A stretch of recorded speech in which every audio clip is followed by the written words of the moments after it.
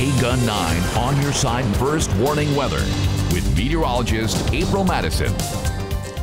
Good morning. Just about 10 till 6, and we are still holding on to 65 degrees. We haven't dipped below that, but that's pretty nice right now. If you want to get out there and enjoy it before it gets too hot, we'll already be in the low 90s by noon. 94 for the high in Nogales today. We'll jump to 98 in Green Valley, 94 in Sierra Vista, even Mount Lemmon going to be in the low 70s today. So we're gaining about 4 or 5 degrees from our highs yesterday as the heat is really upon us. Not much going on across the state of Arizona right now. Got a few wispy clouds just barely moving up and over that ridge of high pressure. We're also tracking Alberto, which as of right now, status wise, it's still technically a depression, but you can see the tail end of this, the way it's sinking way down. So there's a lot left of this, even as it continues to make its way northwest and becomes a remnant low. The amount of flooding associated with it could still last for several days. It is a subtropical depression right now, should become a low pressure system within the next 24 hours. It's still sustaining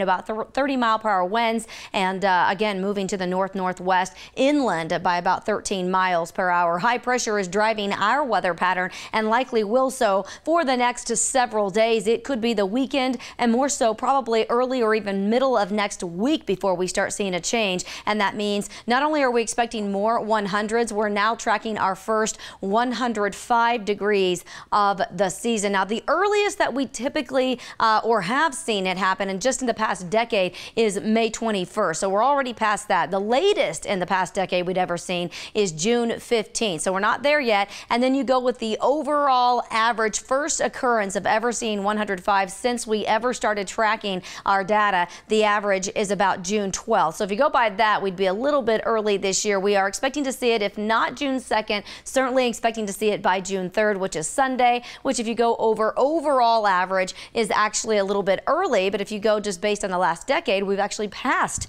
the average. So I'd say we could just call it about average. 100 is what we will see starting Wednesday with those breezy, gusty winds through Friday. That's really going to allow those highs to jump over the weekend. If we don't see it again on Saturday with that 104, we are definitely expected to see it by Sunday and then holding on to the low 100s as we move into next week. Big Al?